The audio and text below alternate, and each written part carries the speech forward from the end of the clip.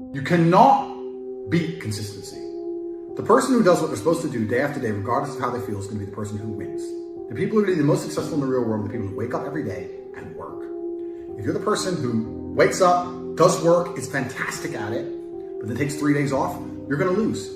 They say that hard work beats talent when talent doesn't work hard, and it's completely true. You have to be consistent. You have to decide.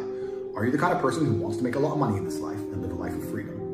Or are you the kind of person who wants to look back when he's 30 on his 20s or 40 on his 30s and look at that decade and go, what did I do with that decade? Well, I didn't get rich. I didn't travel the world and live like they do in Tate Confidential. What did I do? Well, I had a day off here, a day off there, a bunch of nothing days that amalgamate into this decade of nothingness, and you're just wasting your time. If you want to win, you need to be consistent. You don't need to be the smartest, not at all. But you have to be the guy who's there day after day. And I will guarantee you right now, IQ has nothing to do with how successful you'll be as a real world student. What is going to determine how successful you're going to be is, are you there every single day? Are you doing what you're supposed to do day after day? I can also apply this to sales. I knew guys who were terrible on the phone. Back in my day on sales, you used to have to call companies. I was smooth, I was the best. We had some other guys who were smooth. They'd land a deal, go buy a nice car, whatever, take a few days off, take it easy. We had people who were terrible. And when I say terrible, I mean they had a thick Indian accent, didn't speak English that well, didn't know the script that well, didn't know the answers, but they were always in the top 20% of the company because they just hammered the phone. They just were on it. They needed to feed their family in Bangladesh. They didn't give a fuck. They were just calling. That's it. Day after day. When you're on lunch break, he's on the phone. You can win with hard work alone. And that's what's amazing about the universe when I say that. God will give you anything you truly want. If you truly want money and you truly try hard, and you truly listen to us, you are going to have as much money as you could possibly ever desire. But if you think you want money, but you kind of want something else, or if you're arrogant, or if you're lazy, you're going to end up somewhere in the middle if you're lucky and talented. And if you're not talented, you're going to end up at the bottom. You should be able to close your mind and imagine the life you want to live so viscerally, so to the point where you can taste it, so that this reality, the one outside of your mind, feels like nothing but a prelude, a ramp, which allows you to get where you want to go. The mind is that powerful. If you ask any champion of anything, they always envision themselves as champion all of the time.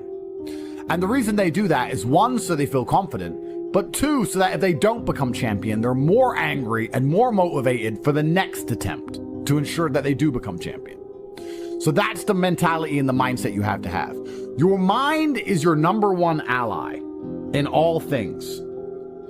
A lot of you have been sabotaged internally by your own mind. Your own psyche is working against you. People often say to me, oh, but Tate, you're lucky, you're a kickboxer and you were talented. Yeah, I was talented, but I didn't find out I was talented until I was disciplined. If I wasn't disciplined enough to train, I would have never seen my talent.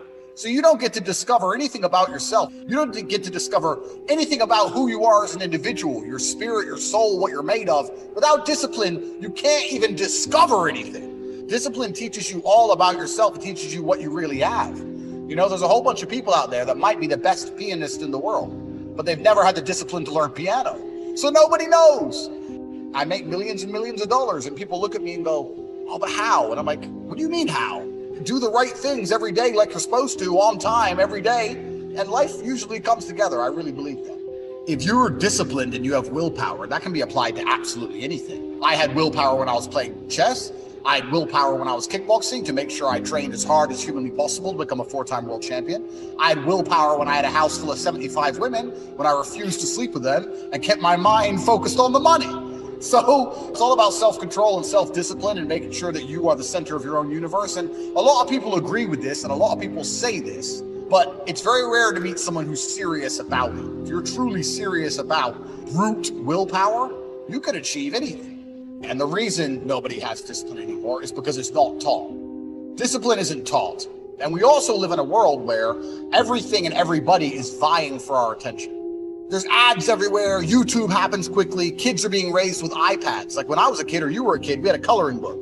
How do you think you're going to keep his attention as he grows old? He's been entertained by some of the best software developers in the world permanently. So your attention's very, very difficult. And that's what discipline is, really. It's the ability to stay focused on one thing for a long period of time.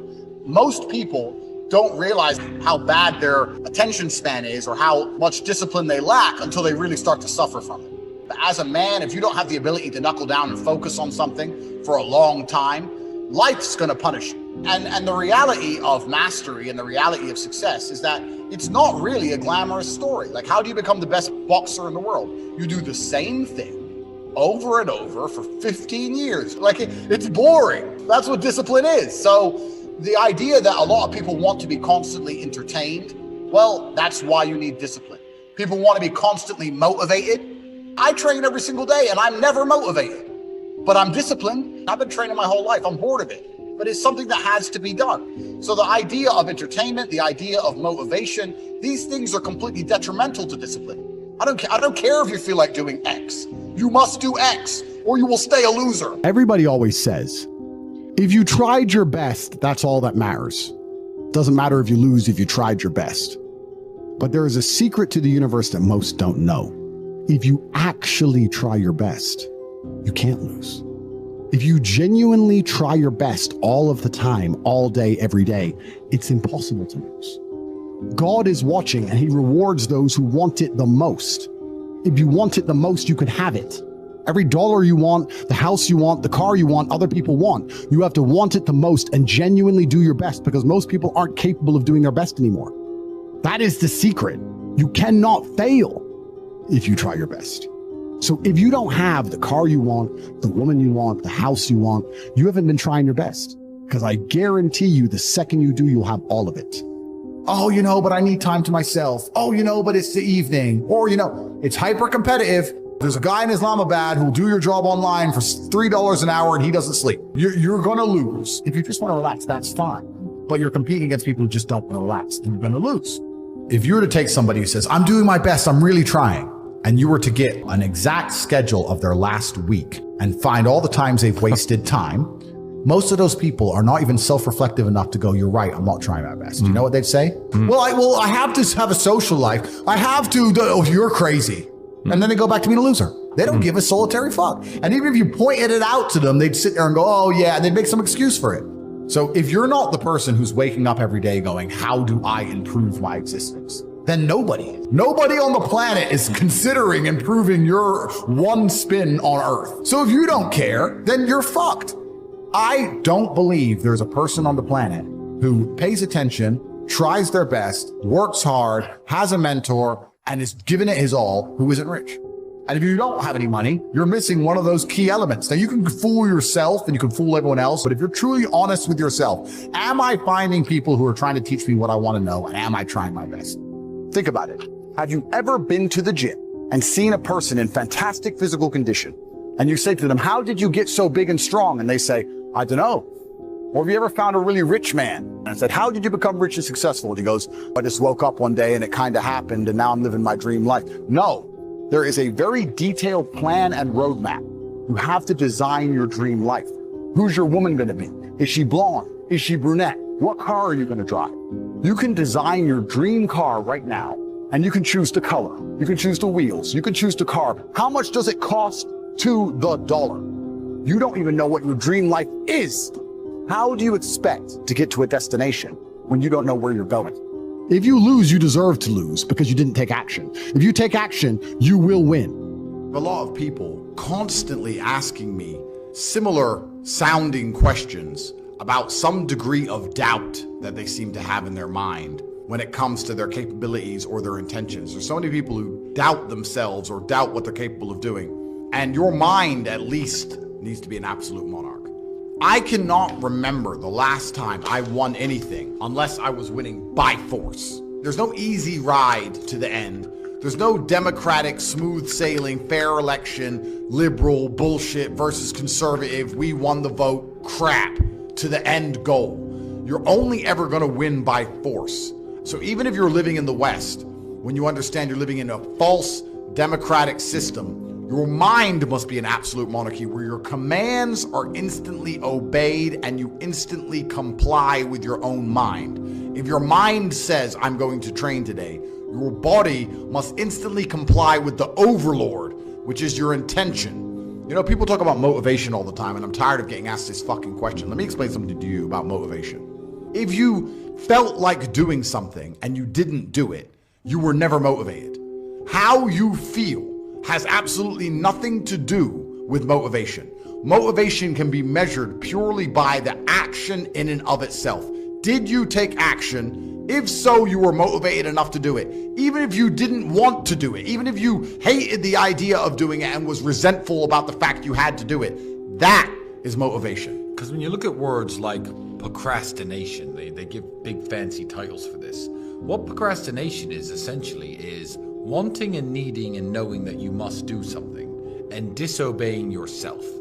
That's the most ridiculous thing in the world, because if you can't listen to yourself, how do you expect anyone else to ever listen to you? If you can't listen to your own commands, you have no chance of having authority over everybody else, because people can smell it. They can tell a dosser when they see one. So in a democratic society, if you're unhappy with your ruler, you simply try and vote for somebody else, assuming democracy is real, which we know it isn't. In a kingdom, in an absolute monarchy, if you're unhappy with your ruler or you're unhappy with the country, you leave. And I think men at home today need to be absolute monarchs over their lives, and anyone who's unhappy with your leadership has every right to leave. Let's imagine this. You're an absolute monarch of your life. You say what you want to do, you say how you want it to be, you say how you're going to live, you get it done. If a woman decides to stick by you with your absolute instruction and command, then she believes in your leadership. If she leaves you because you are not bending or breaking to her will, because it is an absolute monarchy that you own, that she is living within, then you're going to find yourself very, very lonely. So a great way to measure your capability as a man is to wake up and say, this is the life I want to live, this is how I'm going to live it, this is what I'm going to do, and see who's sticking around beside you afterwards. So you can live with absolute monarchy and reign as a king, and you're going to find out a lot about your capability, not only from women, but from men too. What men want to stick by you when you say, look, this is how I'm going to live my life, this is what needs to be done, this is the life I'm going to live. If you're going to have the mentality of a democracy and start sitting around with your girlfriend or your friends and talking about what maybe should you do, you're now spending all your potential energy infighting in a bullshit civil war instead of actually focusing on the tasks at hand. And this is why people fail.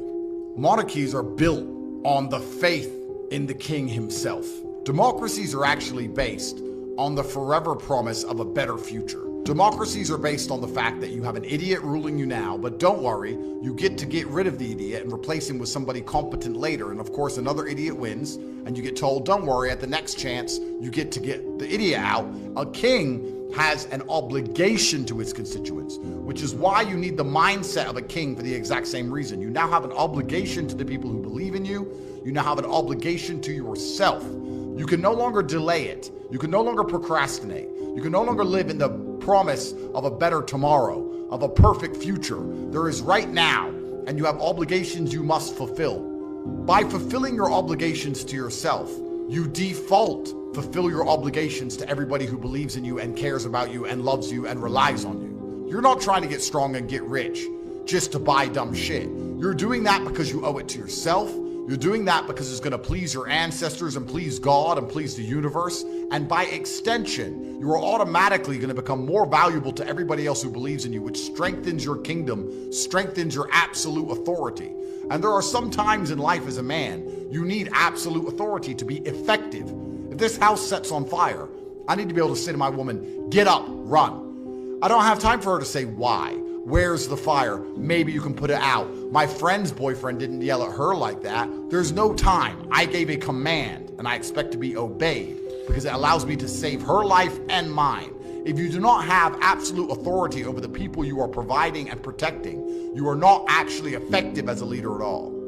What you have to look at is the price that you pay for procrastination and the price you pay for a lack of assertiveness in your life. In England, this dream of, oh, it's going to get better under this guy. Oh, we can vote him out. Let's get better under this guy. Tony Blair, Gordon Brown, David Cameron, and we just run through this endless series of morons. The price you pay is a wasted life because we only get one spin at this. And if you throw it away, you've thrown everything away. There's nothing more beautiful than absolute accountability as a man. Absolute accountability for all things, both the good and the bad, to blame absolutely everything on themselves. I promise you, if you stop making excuses, you stop waiting and praying for some kind of better future, and you wake up every day and say, all of the good in my life is my fault, and all of the bad in my life is my fault, and I'm the only one who can fix this. It's never going to get better by itself. It's never going to be easy. I have to win by force. I must force myself and my mind to brutally perform. There is a degree of comfort that comes when you understand that the power is within your own hands. I like monarchies because I like that there is a ruler. And all the good and all the bad that happens is one person's fault. In your life, that should be you. In the country you live in, it should be somebody you have faith in. You're not going to argue with yourself about what mentality you should have or how you should implement a mindset to be most combatively effective if you're already working the best. You're not going to doubt your mind if you're already massively successful in all realms. How can you tell me that my mindset is wrong and the way I think and act is not the correct way to be a man if I ruthlessly outperform everybody? Why would I want the mentality of these little trolls who nobody even knows who they are? Why would I want to adopt the thinking of sad losers when I can be a competent, capable, and happy winner? If you start to succeed in the way you need to succeed, you will no longer doubt your thinking patterns. Why would you go to a therapist and beg them to change the way you think and feel if it was leading you to where you wanted to go? If the way you thought and the way you felt, even if it wasn't a positive feeling, was giving you the results that you wanted, you would still want to retain that mindset. Isn't it beautiful for a man to turn up, try his absolute best, and be completely responsible for the results? There is nothing better as a man than to turn up and get a fair shot. You should want as a man to be judged for who you are and what you're capable of. You want to just say, here's who I am, this is what I can do, give me a fair chance. And you want to be the kind of man who says, if I have a fair chance, I'm going to win because I believe I can work harder than everybody else.